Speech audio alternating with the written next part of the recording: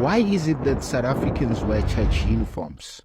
These are some of the biggest churches in South Africa, and these are their uniforms. And also, why do some South African churchgoers wear military-inspired uniforms? This is a three-part documentary series, and in this episode, we will focus on South Africa's biggest church, the Zion Christian Church, that has around 8 to 10 million followers. I will be investigating how they came to wear their famous uniform that is easily recognized by most South Africans. In my investigations, I found that the three organizations played a huge role in influencing the ZCC uniform, that is the British Army, the Salvation Army, and Taoist Zionism.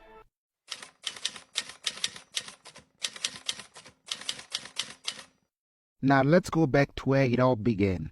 Our story begins in the late 1800s, in the Boer Republic or Transvaal Province, in the Johannesburg region, the birthplace of Ignatius Engelase Lekanyane, the founding father of the ZCC. He was born in the year 1885, just before the Second Boer War, which was essentially a war between the British and the Boers over gold that was discovered in the Witwatersrand. The war was not only about the battle for gold, but it was also the battle to colonize African natives through religion. For example, the Boers introduced the Dutch Reformed Church. The British brought the Anglican, Methodist, and Free Church of Scotland. And lastly, the Germans established the Lutheran Church. In the Johannesburg region of the Mamabolo clan where Lekanyane was staying, the Germans set up a Lutheran mission station that was called the Mpuma Berlin Mission Society. It was managed by Karl Norte. Engelase spent his early childhood in the middle of the Anglo-Boer War. The British eventually won the war in 1902, and immediately thereafter, British missionary Lady Mafela set up an Anglican mission school in Engelase's village. This is where Engelase received his early education. As an adult, Engelase was also exposed to the British in the church he used to attend, called the Free Church of Scotland. There's actually a link between the Scottish and the ZCC. ZCC dancers called Ngedi wear Scottish kilts.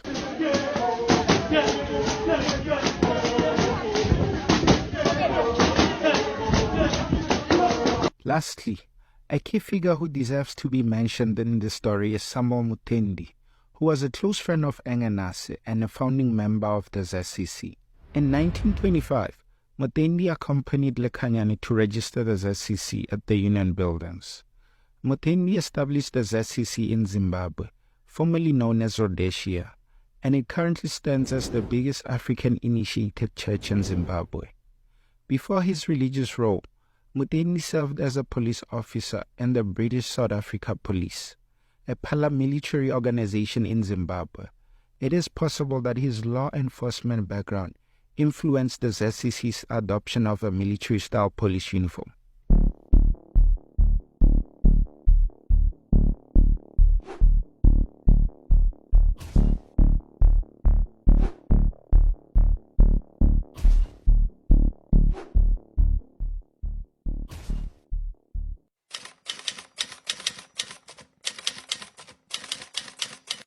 Zionism was brought into South Africa by John Alexander Dowie.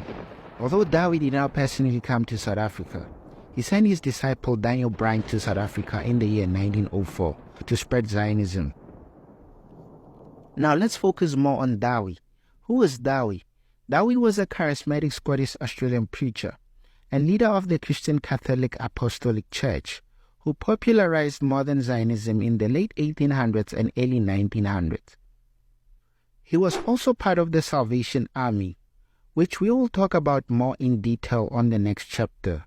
Between 1899 and 1901, Dowie acquired private land in Chicago and built what he called Zion City. In the Zion City, and during church services, Dowie's church members called the Zion Guards would wear police uniform. Dowie was highly ambitious and had plans to open similar Zion cities throughout the world. So Dowie sent his missionaries to China, Japan, Mexico, India, Australia, and New Zealand. But it was the South African Zion city in Johannesburg that became successful out of all the Zion cities in the world. This is also where Engelase Lekanyane was converted into Zionism by Daniel Bryant, who was Dowie's missionary in charge of the South African Zion city. Here's a quick recap on Dowie and Zionism. We know that Dowie sent Daniel Bryan to South Africa in the year 1905. We also know that he had a vision of opening independent Zion cities throughout the world. And also, some of his church members wore police uniform. And lastly, he was also part of the Salvation Army before he formed his own church.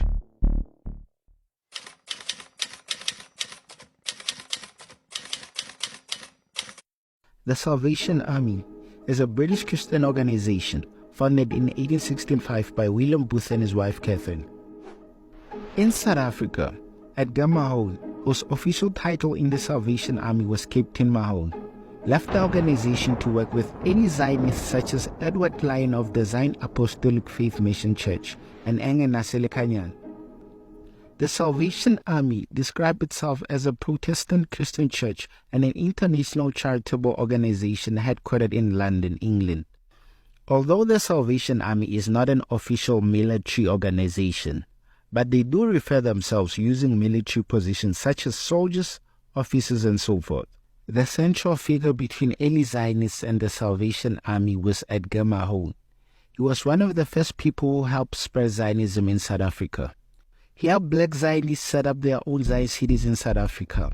He worked closely with Edward Lyon of the ZAFM. And before Engenase Lekhanyan founded the ZCC, he was a preacher at the ZAFM. In fact, he was the leader of the Transvaal branch. Edgar Mahone was also a good drummer. He led the Salvation Army's brass band, teaching numerous black Zionists how to play in brass bands. Engenase in particular had a deep appreciation for brass music, and even after he founded the ZCC, he desired his son Edward Lekhanyan, who was named after Edward Lyon, to lead the ZCC brass band. Edward was not the only one in the family who played in the brass band. His brothers Joseph and Barnabas played as well.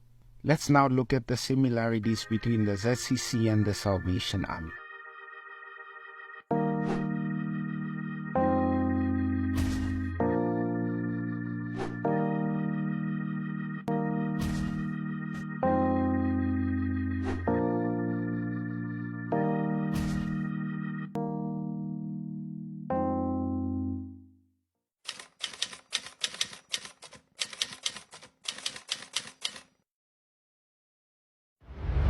Engenase Lekhanyan passed away in 1948, and his son Edward took over the church.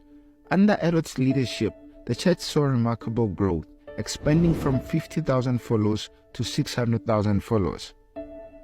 Today, the ZCC is the largest independent church in Africa and stands as one of the most significant churches in South Africa and has wielded considerable influence. Some notable examples of this influence is former ZCC member Frederick Modise, who went on to establish his own church in 1962 called the IPHC, which has a following of around 2 million members. And like the ZCC, the IPHC members also wear church uniform. There are also other self-sufficient ZCC churches, such as the Saint Engenase ZCC, which is a breakaway ZCC church founded by Engenase's son, Joseph. It is estimated that this church has approximately 5 million members. And finally, as I stated earlier in the first chapter, in Zimbabwe, there is also an independent branch of the ZCC, known as the ZCC Mbungo, which was founded by Samuel Mutendi.